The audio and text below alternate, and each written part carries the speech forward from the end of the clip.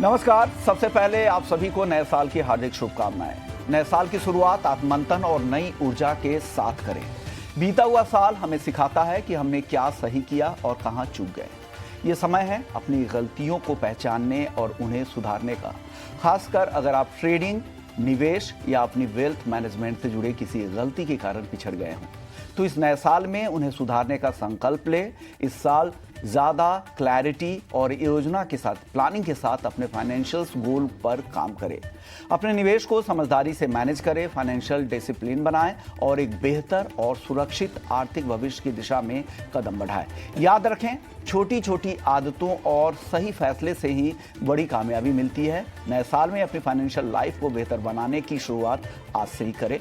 चलिए, हमारे साथ मेहमान हैं जो आज आपको आपकी फाइनेंशियल लाइफ को बेहतर बनाने और नए साल में कमोडिटी मार्केट में कहां पर मौके दिख रहे हैं, आज के लिए, लंबी अवधि के लिए तमाम मुद्दों पर चर्चा करेंगे। हमारे साथ तीन मेहमान हैं। अमित गोयल हैं, चीफ ग्लोबल स्ट्रैटेजिस्ट हैं पेज 360 से।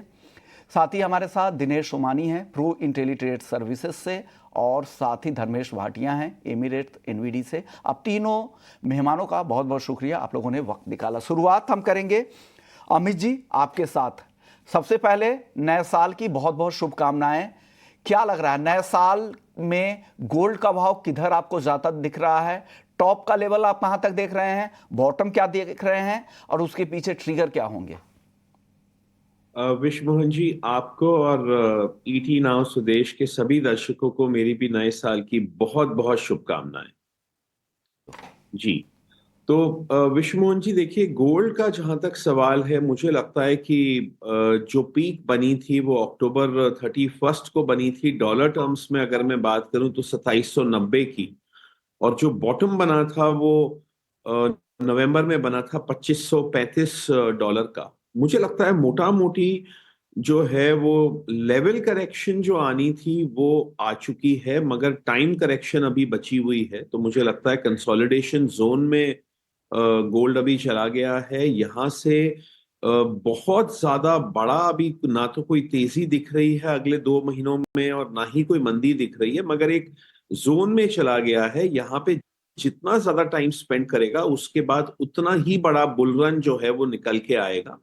तो मुझे लगता है, क्योंकि एक साल में 50% गोल्ड बढ़ गया था अक्टूबर 23 से लेके अक्टूबर 24 तक, तो कहीं ना कहीं कंसोलिडेशन जो है वो अभी चल रही है, और वो अभी कुछ समय और चलेगी। मगर मेरा टारगेट है कि ये साल खत्म होने से पहले पहले हमें गोल्ड जो है वो वापस हमें ऊपर दिखेगा, बल्कि हमें नया ऑल टाइम हाई दिखेगा। 2900 3000 का लेवल हमें देखने को मिल सकता है इस साल के सेकेंड हाफ में, और आने वाले 2-3 सालों में मुझे क्लियरली जो है मुझे $4000 और उसके ऊपर का भाव दिखता है। तो सोना और चांदी दोनों ही अभी कंसोलिडेशन जोन में है। हमें बाय ऑन डिप्स की स्ट्रैटेजी रखनी है इन्वेस्टर्स को। अगर हम ये अगले 2-3-4 महीने तक अगर हम बाय ऑन डिप्स करके इसको एक्यूमुलेट कर लेते हैं, तो लॉन्ग टर्म में हमें बहुत बड़ा जो है हमें लाभ मिलेगा, ऐसा मेरा मानना है। ये आपको लग रहा है कि 2-3 महीने आपके लिए मौका होगा जहां पर गिरावट में आप धीरे धीरे खरीदारी कर सकते हैं? सर, घरेलू बाजार में एंट्री और टॉप के लेवल्स भी बता दीजिए। आपने कॉमेक्स के लिए तो टारगेट दे दिए हैं, घरेलू बाजार के लिहाज से एमसीएक्स के रेट के हिसाब से बता दीजिए। जी, तो विश्व मोहन जी, मेरा ऐसा मानना है कि नीचे में अगर मैं डॉलर टर्म्स में बात करूं तो $2500 के करीब जा सकता है, जो कि यहाँ से 5% नीचे है। और 5% नीचे का मतलब होगा कि अभी एमसीएक्स में जो भाव 76,800 के करीब चल रहा है, ये हमें जो है शायद एक बार 72-73 हजार का लेवल हमें देखने को मिल सकता है। तो 72-73 हजार हम एक बॉटम लेवल मान के चल सकते हैं, और अभी से लेके वहां तक हमें हर डिप पे, हर $1000 के डिप पे हमें थोड़ा थोड़ा थोड़ा थोड़ा करके इसको अगले 3-4 महीने में एक्यूमुलेट करना है। और ये साल खत्म होने से पहले मुझे 3000 का भाव दिखता है, जो कि तकरीबन जिसका मतलब होगा कि कोई 83,000 के करीब हमें जो है वो सोना देखने को मिल सकता है। क्योंकि डॉलर के को देखकर भी हमें ऐसा लग रहा है कि अभी डॉलर का हाई जो है वो इस साल के लिए अभी डॉलर का हाई और ऊपर लगेगा। तो मुझे लगता है साल खत्म होने से पहले 87 88 का भाव डॉलर का भी होएगा। तो जितना डॉलर टर्म्स में बढ़ेगा उससे थोड़ा सा ज्यादा जो है अपने को रुपी टर्म्स में भी बढ़ने को देखने को मिलेगा। और उसी तरीके से सिल्वर में मुझे लगता है कि डाउनसाइड जो है वो $27 के करीब तक जो है सिल्वर डाउनसाइड में जा सकता है, जो कि रुपी टर्म्स में अगर मैं बात करूं तो कोई 82,000 के करीब का लेवल देखने को मिल सकता है नीचे में। और ऊपर में जो है वो $35-36, जो कि 1 लाख से ऊपर का लेवल बनेगा ये साल खत्म होने से पहले। तो 1 लाख के ऊपर का लेवल इस साल में, नए साल में आपको फिर से चांदी दिखा सकती है। 82,000 तक नीचे फिसल सकती है, जो आपके लिए बेहतर लेवल होगा खरीदारी के लिए। इंटरनेशनल मार्केट में $27 नीचे और ऊपर में $35 कॉमेक्स सिल्वर के लिए ये टारगेट है। वहीं घरेलू बाजार के लिए 72-73 के आसपास सोना मिले तो ज़रूर खरीदें, ये सलाह अमित जी की तरफ से। ऊपर में 83,000 2025 में सोना दिखा सकता है। चलिए धर्मेश जी, आप बताइए आपकी क्या राय है? 2025 का आउटलुक पूछ रहा हूं मैं गोल्ड पर, गोल्ड और सिल्वर दोनों पर बताइए सर। सबसे पहले सारे निवेशक, सारे प्रेक्षक और आपको और आपकी टीम को हैप्पी न्यू ईयर। देखिए, अगर आप सोने की बहुत बात बहुत करें तो बधाइयां सोने की सर। जो चाल थी, मेरे हिसाब से 2 साल में काफी अच्छी छलांग लगी और प्राइस अभी कंसोलिडेशन जोन में आ चुका है। अंतर्राष्ट्रीय मार्केट की बात करें तो $2600 से $2800 का जो रेंज आएगा मार्केट, अभी ये रेंज में आ चुका है। डोमेस्टिक मार्केट में रुपए के चलते मुझे लगता है कि रुपया यहाँ से और कमजोर हो सकता है और ये 88-90 की तरफ बढ़ सकता है। उस कारणवश डोमेस्टिक मार्केट में आपको ज्यादा तेजी देखने मिल सकती है। तो सोना छोटी अवधि के लिए देखें तो 77,500 78,000 के इर्द गिर्द घूम सकता है। बट पोजिशनली दिवाली तक मेरी एंटिसिपेशन है कि 80,000 के स्तर आपको दिखा देगा। मेरे हिसाब से 2 से 3 रेट कट होंगे, जो अप्रोक्सीमेटली 2% से 3% की आपको गिरावट आपको स्पॉट में देखने मिल सकती है। अगर ये ऐसा होता है तो आप एज्यूम करिए कि गोल्ड में आपको 2 से 3% की तेजी और एडिशनल मिल सकती है। तो अगर ये आप कैलकुलेट करें तो अराउंड 80,000 के स्तर आपको शीघ्र ही देखने मिलेंगे। रुपए के चलते यहाँ पे 81-82,000 भी आ सकता है। बट आप ऑन एन एवरेज आप कंजर्वेटिव रहेंगे तो आपको यहाँ से 3,000 की रैली आपको करंट लेवल से देखने मिल सकती है। तो मैं निवेशकों को रेकमेंड करूंगा कि आप करंट लेवल से भी ले सकते हैं। पहला महीना काफी सुस्त रहेगा बट फेब मार्च से मार्केट में काफी अच्छी तेजी आने की संभावना है। अगर दूसरी बात, अगर चाइना की स्टिमुलेशन पैकेज फिर से स्टार्ट हुआ और अगर ट्रंप ने अपने काफी सारे चेंजेस लाए जिसमें डॉलर की क्षमता बढ़ गई, स्ट्रांगनेस आ गई, तो सोने में काफी और तेजी आ सकती है और चांदी में भी आपको एक तेजी देखने मिल सकती है और चांदी फिर से ₹1,00,000 के स्तर आपको शीघ्र ही दिखा देगी। अंतरराष्ट्रीय मार्केट में अराउंड $34-35, डोमेस्टिक मार्केट में बात करें तो ये 80,000 के स्तर के इर्द गिर्द घूमते रहता है और यहाँ से ही मार्केट फिर से ₹1,00,000 के स्तर आपको दिखा सकता है। बट मैं रेकमेंड करूंगा गिरावट पे बाय करिए, चांदी और सोना दोनों।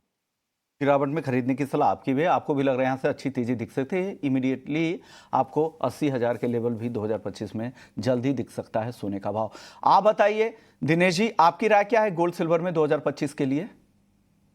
जी नमस्कार विश्वमोहन जी। नमस्कार ये सर। साल जो है गोल्ड के निवेशकों के लिए काफी बेहतरीन साल रहा है और 2010 के बाद करीब करीब इसने 25% रिटर्न दिया है, जबकि फैक्ट है कि 9% इसमें ड्यूटी रिडक्शन आ चुका है। इंडियन मार्केट की मैं बात करता हूं, मुझे लगता है ये पहला जो क्वार्टर है यहाँ पे थोड़ा सा डल सा मोमेंट रहेगा, एक रेंज बाउंड एक्टिविटी रहेगी और कहीं अगर गिरावट में 73,200 के आसपास गोल्ड आता है तो निवेशकों के लिए एक सुनहरा अवसर साबित हो सकता है। मुझे साल के अंत तक 83,800 के लेवल्स ऊपर नजर आते हैं और मुझे लगता है कि 70,000 का घर हाल फिलहाल गोल्ड नहीं तोड़ सकता है। और अगर मैं सिल्वर की बात करूं तो मुझे लगता है कि इन लेवल से थोड़ा सा गिरावट और संभव है। एक बार 82,500 का लेवल सिल्वर दिखा सकता है और साल के अंत तक आपको 1,08,000 के लेवल्स 1,08,000 के लेवल्स ऊपर देखने मिल सकते हैं। 78,000 के नीचे क्लोज होना नहीं चाहिए। तो ओवरऑल गोल्ड और सिल्वर, मुझे खास करके गोल्ड लगता है कि यहाँ से कम 15% का उछाल आ सकता है और सिल्वर में भी यहाँ से कम 20% का उछाल आ सकता है। % गोल्ड में तेजी यहां से दिख रही है आपको और 20% चांदी में। तो एक तो इन्वेस्टमेंट का नजरिया 2025 के लिए आपको मिल गया है, लेकिन अगर आप ट्रेड करना चाह रहे हैं पोजिशनली या इंट्राडे के लिए तो क्या करना चाहिए? दिनेश जी, आज के लिए क्या ट्रेड है आपके पास गोल्ड और सिल्वर दोनों में? जी गोल्ड में मुझे लगता है कि करीब करीब 76,640-50 का अगर जो स्तर है यहाँ पर कहीं डिप लेता है। वैसे तो इंटरनेशनल मार्केट आज बंद है तो मुझे नहीं लगता बहुत ज्यादा एक्स्ट्रा मूवमेंट कुछ हो सकती है। फिर भी अगर कहीं एक मूवमेंट आती है तो 76,660 ये लेवल है जहां पर खरीदारी की जा सकती है। ऊपर में 76,900 77,050 के लेवल्स देखने मिल सकते हैं। 76,440 का इसमें स्टॉप लॉस मेंटेन करना चाहिए। बताइए धर्मेश जी, गोल्ड और सिल्वर पे ट्रेडिंग कॉल क्या है पोजिशनली और आज के लिए इंट्राडे के लिए? देखिए, इंट्राडे की बात करें तो मैं भी काफी सहमत हूँ दिनेश जी से। मुझे भी लगता है कि इंट्राडे प्रोस्पेक्टिव से अराउंड मार्केट यहाँ से 200-300 रुपए बढ़ सकता है, बट स्टॉप लॉस काफी सीमित रहेगा। Again international market completely dead है। मार्केट मेरे हिसाब से जो वॉलेटिलिटी होगी नेक्स्ट वीक से आएगी, तो मैं रेकमेंड करूंगा निवेशकों को कि आप स्लो एंड स्टेडी करें। मार्केट में गिरावट है तो बाय करें, यहाँ पे मंदी ना करें, दोनों काउंटर में, चांदी और सोने में। चलिए क्रूड की बात करते हैं। पिछला साल 2024 जहां पर 3% से ज्यादा की गिरावट क्रूड में दिखी है, लेकिन आगे क्या, यहां से बेस बनाने के बाद तेजी बढ़ेगी क्या? अमित जी, क्रूड को लेकर आपका आउटलुक क्या है नए साल को लेकर? विश्वमोहन जी, मुझे लगता है कि क्रूड जो है अभी यहाँ से थोड़ा सा बढ़ सकता है आने वाले कुछ हफ्तों में। और मुझे लगता है कि WTI की अगर हम बात करें तो $73 तक जो है WTI जा सकता है, और ब्रेंट तकरीबन जो है कोई $78 तक जा सकता है। ये तो नियर टर्म की बात हो गई। अगर मैं पूरे साल की बात करूं तो मुझे क्रूड में कोई बहुत ज्यादा बड़ी तेजी मुझे नहीं दिख रही है। मुझे लगता है कि अपसाइड में जो है वो $75-76 WTI, और ब्रेंट जो है $80 के ऊपर जो है इसका जा पाना मुझे थोड़ा जो उसकी चांसेस हैं, संभावना जो है मुझे कम दिख रही है। और मुझे लगता है कि इसी साल में हमें एक बार वापस जो है वो क्रूड कोई 60-62 के करीब हमें WTI, और ब्रेंट जो है वो कोई $65 के नीचे हमें इसी साल में देखने को मिलेगा। तो मेरा क्रूड के प्रति जो मेरा आउटलुक है वो थोड़ा बियरिश बायस है। जैसे गोल्ड में हमारा बुलिश बायस है अगले 2-3 महीने की कंसोलिडेशन ऑब्लिक करेक्शन के बाद। क्रूड में हमें लगता है कि अभी तो थोड़ा और ऊपर जा सकता है, मगर ओवरऑल इस साल का मुझे बायस जो है वो डाउनसाइड में लग रहा है। और उसका रीजन ये है कि यूएस में हमें एक स्लो डाउन आता नजर आ रहा है अगले 2-3 महीनों के बाद। और मुझे लगता है कि क्रूड की जो प्रोडक्शन है वो इस साल शेल की भी प्रोडक्शन बहुत अच्छी रहेगी, और लीबिया, नाइजीरिया, इन सब की प्रोडक्शन अच्छी रहेगी। वेनेजुएला की भी प्रोडक्शन जो है वो बढ़ने की पूरी पूरी संभावना है। ये देखते हुए मुझे लगता है कि ओपेक जो है वो क्रूड को उतना टाइटली जो है वो कंट्रोल नहीं कर पाएगा जितना उसने करने की कोशिश की है अभी हाल फिलहाल रीसेंट पास्ट में। तो इस वजह से मैं क्रूड पे ओवरऑल बियरिश हूं, मगर अगले कुछ दिनों के लिए या हफ्तों के लिए मुझे लगता है कि थोड़ा अभी अपसाइड बचा हुआ है। चलिए, तो क्रूड पर आपकी राय आ गई है कि इस साल के लिए किस तरह क्रूड की चाल रह सकती है। आज के लिए ट्रेड अगर किसी को करना है तो धर्मेश जी, आज के हिसाब से बताइए, कुछ मौके दिख रहे हैं आपको यहाँ पर? हालांकि इंटरनेशनल मार्केट में छुट्टियों की वजह से वॉल्यूम कम हो गए हैं, लेकिन उसके बाद भी कुछ ट्रेड है क्या? से तो मार्केट एकदम सीमित है, मेरे से अब 10-20 रुपए की फर्क पड़ सकता है, बट अंतरराष्ट्रीय मार्केट में मैं अभी काफी बुलिश हूँ। मुझे लगता है कि ठंडी का माहौल है, डॉलर्स फॉर्म हो रहे हैं, उसके बावजूद भी कच्चा तेल ऊपरी स्तरों पर सस्टेन हो रहा है। देखिए, ट्रम्प की वजह से मार्केट में काफी सारी फेरबदल आए, मार्केट ने डिप दिया और फिर से मार्केट ने एक सडन स्पाइक दिया हुआ है। तो करंटली 6,000 के ऊपरी स्तर काफी स्ट्रॉन्ग स्तर है। अंतरराष्ट्रीय मार्केट में $70 काफी मेजर सपोर्ट है। जब तक मार्केट इस लेवल पे टिका हुआ है, टेक्निकली और फंडामेंटली मार्केट स्ट्रॉन्ग है पहले 3 महीने के लिए। उसके बाद में काफी सारे चेंजेस आ सकते हैं, बट मैं रेकमेंड करूंगा निवेशकों को कि आप इंट्राडे प्रोस्पेक्टिव से अगर आपको बाय करना है तो आप मार्केट पे बाय कर सकते हैं। 6,150 का स्टॉप लॉस मेंटेन करें और 6,210, 6,250 के टारगेट के लिए बाय करके चल सकते हैं। पोजिशनली 6,300 के टारगेट के लिए आप यहाँ पे निवेश करके चल सकते हैं, बट स्ट्रिक्ट स्टॉप लॉस रहेगा 6,100 का। आप बताइए दिनेश जी, आपके पास क्या कॉल है? ऑप्शंस में कोई ट्रेड है क्या क्रूड में?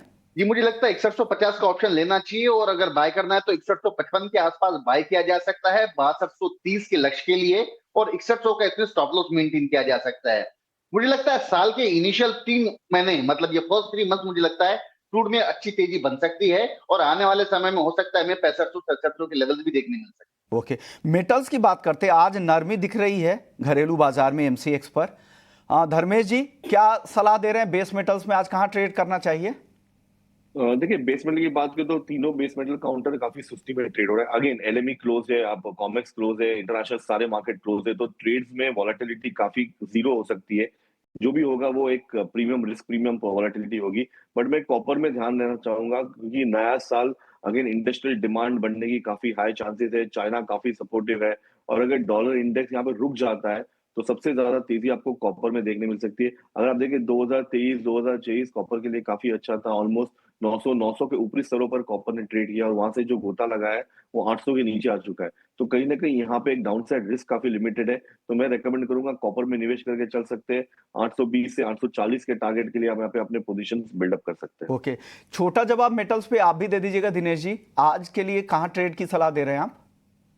आज मुझे लगता है कॉपर में थोड़ी सी नरमी और भी बरकरार रह सकती है। 797 अराउंड सेलिंग बन सकती है, नीचे 784 की लेवल ये दिखा सकता है। 803 का स्टॉप लॉस मेंटेन किया जा सकता है। ओके, एक काउंटर जहां पर आज चर्चा करना जरूरी है एग्री मार्केट से, वो है हल्दी, जहां पे जोरदार तेजी दिख रही है। हालांकि फंडामेंटल्स इस तरह के थे नहीं, उसके बावजूद हल्दी में तेजी दिख रही है। अब कहा जा रहा है कि फसलों की यील्ड को लेकर चिंता बनी है और अराइवल्स तो हैं ही, काफ़ी कम हो चुके हैं सारी मंडियों में। 8000 बोरी के आसपास ऑल इंडिया के नंबर आ रहे हैं रोजाना। आप बताइए दिनेश जी, आपके पास तो फंडामेंटल्स जानकारी भी काफ़ी रहती है मंडियों की, क्या हो रहा है हल्दी में सर? विश्व मोहन जी, मेरे कुछ मित्र सर्वे के लिए गए थे और करीब करीब 40 प्रोड्यूसिंग एरियाज का उन्होंने सर्वे किया है। वहां वो बता रहे हैं यील्ड लॉसेस बहुत ज्यादा निकल कर आई है और इसकी कॉस्ट ऑफ कल्टीवेशन बहुत ही ज्यादा बढ़कर है। तो ओवरऑल किसान का रुझान जो है, ये लग रहा है कि इनको सस्ते में बेचने का बिल्कुल भी मन नहीं है।